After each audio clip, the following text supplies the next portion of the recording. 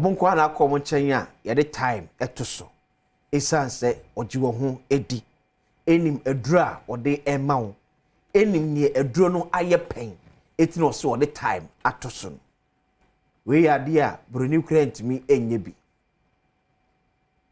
to da bia bia meka se ya nka se ne toto ya hamba eduro na se but unyo obi a onima haban ahaban kura de fra ahaban be betimi aboa mo ya setum pon a unyamre tenti ansa na ho ato esanse no nkoa ne ade atwere na ka ho asem se udi na dua ba no na so na haba ne ye adura esaw ya de ebra so se betwe komode afọ ya pom de ehun sem ye kom Medimafo Herbal Hospital akokodi ekomo doctor time daso aban for story mi so otimi hwe one efiam ankwa interview o machase a enyo so fiti ya no bedu ba bi odri doctor bakode nyankopa Adom boko yeri ya miase Medimafo Herbal Hospital etese Medimafo Herbal Hospital ye hoye ayaresa ekoso da bia de meka ne se onyanko da wo kan nyankopon se yeni dua na bamfo na haba nsa yale ba nya obia na wode adoma chede na adom no eya na meta ahwe binum obetuna TV so ka we bom na be yese na wode asa ho yade eye na ada ne atoro de ameka eye na ada ne se tetebere kura ye wo mu no ana enei sawo na bi nimaduro bi na office obi baza osa ha no ye na tidua we na wafa we na wode akabo na wa no ma nipa no ho atono sawo na no kura bewu ana wote ase na obi ba na wa anko bisa no na wa ofa ope wunimpo na ofa ope kokeka bomu a enya adwuma emu da ho sure enti sa onipa no wo kire se onkofa we na okofa enye yie okay efi se to mi na ewo mu no awurade mfa man no enti ewie bi na etu bi na akwa ko wie bi enti ni nyina se sa wo pa apomuden pa wo pa yare sa yare na ka pasa wo ho eto dia ewiase ya nyina gana mo nyina eyebia baako ana nyankopon ayi nipa baako asi ho se fa no so na nya yare sa eye Dr. Tam that the nation's doctor Debia me come see ade debia fidie wo ho okay ade pa bia so hu se o mfa no easy yeah because anano wo ma bia ofre birekum ba ho the second time no the third time oba akora the third time na me oba me ho okay tu ni nyina ye me doctors ni bi na hwe no wo se oba ni kunu woni da say Oma na oba aha ko oba kran so oba obeja na wale meaning ni say bebre ho omo believe in herbal bebre ho a was enko na wo kwa wunya yalesa sister na afen so omo say obi e wobubu agudam mfie num de enya de so betima nante biem da ensem ji senkrofo trim na menkan kiro se eno ye tetebre si obi bubugu ho emfie num a ontimi nsore nante no satam na time da so mai satam na Medimafo nya mai na neyi a Medimafo aba so bubu agudam mfie du emfie dionu na anopei umui wotiase enkwa ho mi wo mu wutumi home kakra fa oni kire Medimafo Herbal Hospital ebise anopei bebere na wo a omo tena hwi mu akwa enura nwumere no omfa hwi ne mafie bebere ne kura poma kwa anopei a poma na wode kɔ no wonsan fa nkura nkofie biem de me kam say obo ade obo so bo asase ode yale nyina sutumi asamensa gidi e wawuo ade de yasie na enka ho etima obi na ada bebere ho oba me ka se maame bi enkra satan kwa na yenya me bi akra de woso woni ni ayi aka je osi bebere no yale tetema ofre me pese me be kuma se beda nkyana oso Medimafo de se saada ko na one friend maame ne baya na otupa no wanya na yale so say get o benya na yale sa no eye woni ane ya entu anka se woni ho biem ma me bi kwa na pa wusu so obi ka obi bo waso hu se ade pa bia no yenya ne kwa da bia me kam se wo de wo hwɛ me ano pa yi wo ba Medimafo ba akommie no ebia de wo pɛ no wo nyanyan now the paifa baby say me ko ba bia kwa akosahwe me chaboso me ba ako umra ha ye do betena hwi mu na ye pia wo de wo waba Medimafo Herbal Hospital eye oyarefo bia wo last stop ne ho akinye bia ni ho wo Medimafo Herbal Hospital adanse nkrofo de me ka say nipa ji bumba Medimafo Herbal Hospital me kaya eye 2020 to 2024 so Medimafo Herbal Hospital enya sabre ko hwe ensuo mpo egugu ko hwe poku asemayela ko hwe abu akọ agogo hwe nipa ebufa so da bia me kama asem se u twam wo kwan ho mpo de nye kwan ho hospital bebere wo awo de Accra mfimfin ha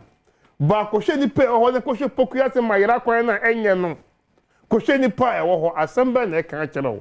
asem ba ko pa na e ka kyerɛw se yemfa poma Medimafo mfa nkofie diabetes ka to say wuduru wa diabetes na wo wanoma brofudura ma be ma kwa be ma ewuo enkeka no ho da bia me ka me so ye be ma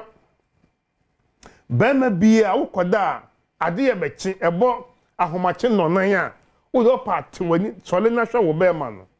se wo be ma no ada na asem ba ko na all ka kiro say woni wudi nkra akowuom monoma brofudura na afa be ma no ebo nonan a ensole ka to say pressure na wo da ho aduro so fie aduo no yen30 ya case diabetes no yen30 ya case hepatitis no yen30 ya case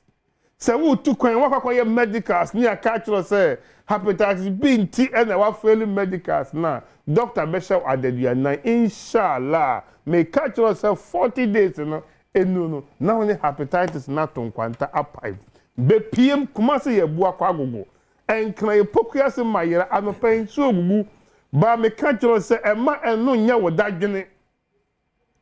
sorry na bra Medimafo Herbal Hospital me ka se wiye ya me kwakotena se me fi Adom TV so ha me kwakotena se wo pokua se mayera na me the time na Nyankopon de me se me mfanto yalefo bia yale so no me de ato ne yale so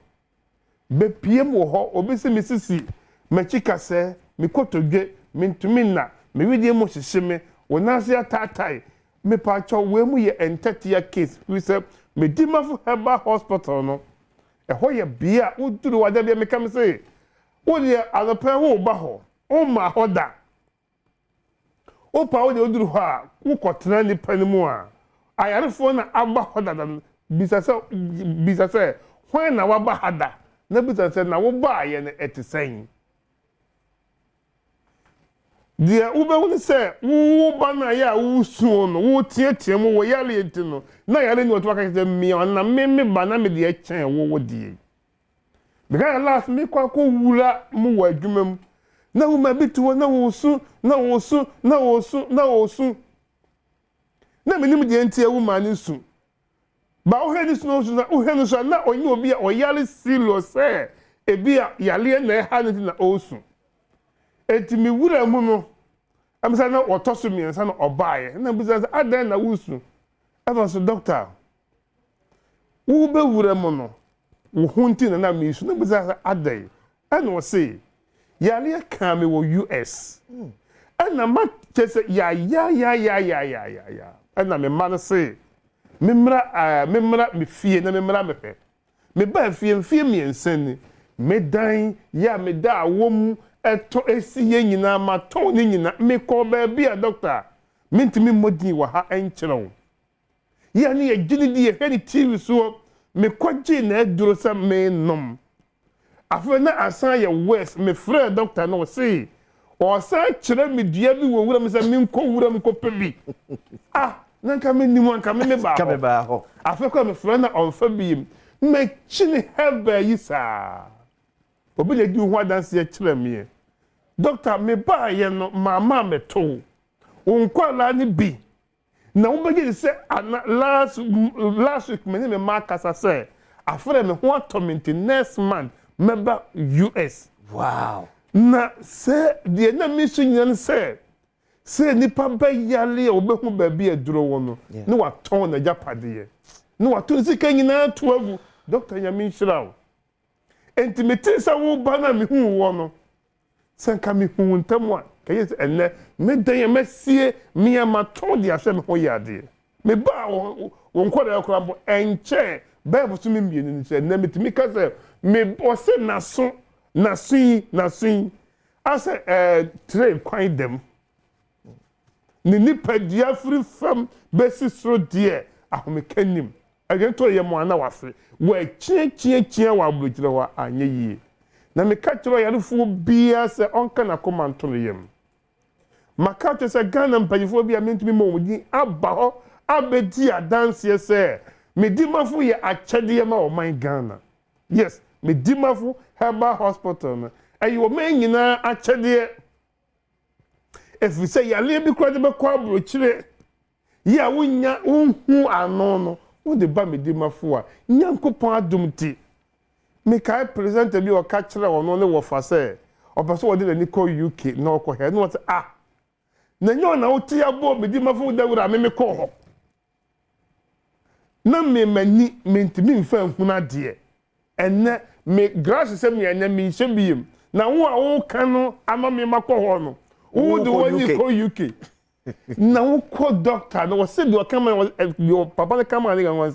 se wo ko doctor no ha nipa atwahye ho nyina obi anya na yalesa inshira ni ye awurade nyankopon wi ase nyina tumfo no sebra ebra mu odin nipa enka no kore ye dada nkrofo ye ji nkrofo sikadi na ye nwure nipa ho na waji Medimafo se ono obi bia bia mekta ka se me se Medimafo Herbal Hospital no et se ebra mo se ye kobre wo se wakoba bi ni dada woni agi usikadi ubedu Medimafo obenya ayaresa kobre wo se wo bi kaw na opagya woni kire na wonya ayaresa enti Ghana fo kobre wo eni Medimafo Herbal Hospital enti obi biara wayari ache wadade mo ache waboka ache na nkrofo dada wo doctor se faka kredi bra baje wayaresa se ukura taku ukura sempoa the only biem pompa ana me kwatena se wona woni bi even ye ma bisika je na koje card uwi aje collab na ye because Medimafo ani ama wo hwan bi de betimi adi ama wo asase we so be piem kumasi ye bu akwa agogo enkena me furi ha me kwatena se anopai e wo pokuya se mayera ma me wabam obu doctors bia declare se eni wo na wotwe aka se bia nansanto why they be ene day emononsia na won theater the for asase so me pa cho se wo de time na ya hye wo no so what say ni nyina mpo na ka simamie no na wonya bewura mu Medimafo Herbal Hospital me pa cho enkwaje ebe ya wodia ma me papa unwu da obetena se me kan asima actual anopese Medimafo Herbal Hospital da bia ka ye bodawuro na ye ka enso obi ho still na wabunu e de eguro say the doctor case onyini ekwa say no wa pain so yeah nipa da sinite ho na abo achechede waso na yere nsa no ne kwakwa adakam kwa nipa se ensuo ntoda what you say nipa ye echinye nipa so ensuo bi enye de entoda nipa ye nhwe ha ko ekosi se ensa bibia enkramo beka adaka na de atum won so da wadaka beka atum ye da obeka wonsa egubo ema yare nkun ema yare enwu wanimase ebra onyankopon di Medimafo Herbal Hospital ababe piem ewo oman Ghana ha nyina ya hye ye eye mienu pem kumase ye bu akwa agogo enkran epoku ase mayera ye ntodro okem ye ntodro information center ye ntodro pharmacy ye afa Medimafo amepesika ye de bepe apomuden pandu pa ho a nyeso ba na ye ma wodro ye wo lab ye wo scan ye wo mfidie biela ye de ye labs ehu ba bia yare ye hye na ya hwehwe yare no na ye de tab atoso amantu ho de wo ba Utimi say be everything is on point. E wo Medimafo Herbal Hospital. Nyankopon ya Adom 21st September. Dr. Tam that's so birthday. Birthday we ebe. Ye be di no Kumasi, ye be di no Accra. Kumasi ye be TV. Mako 50. Mobile phone 20. Enu ye nipa first 50 ebe di kan 21st no wo Kumasi no ebe nya. First 50 ebe di kan wo Kumasi no ebe nya TV 32 inches flat screen no mako 50. Not 20 etoso me kwa 70 no ebenya mobile phone nipa ebebe nyina ye beche emo ne de anwa ama wo sa na enkran so ye beche TV no mako 70 ene ye first 70 ne ya sa che emo ne anwa ena doctor say the birthday or checker ama oyale ni baako ka no me pa chaw de wo mu ni say wo bottles eduro na obeji from 2020 bottles dada no boa no na wo de 10 ba na waje coupon baako 20 coupon yinu sa enko de 21st de wanya bottle dodo ke so na wanya coupons dodo ye enko to bibia no say wona wanya bottle dodo a ya coupon do so a me patro na de car na ye de ama me ka say Accra ni Kumasi young boy be 25 and only na minim because from there back from there 40 days okay obeji edro 2 weeks here wow 1 week na asano aba no asaba so minister wo ye pharmacy woni fie dia Dr. Tibuema numbers no go osu na so numbers no quick one na 0244 77 42 82 0500 72 15 0245 44 95 92 yale safo ni e wula de nam se onam Dr. Tam that so obesawo ya but I say eti Medimafo Herbal Hospital na wote say ye de Dr. Time that so etwetwen enkomo no Dr. da say esu ebi yambi aro na su ye besa e de ehia sebi di kabre aso e ba ese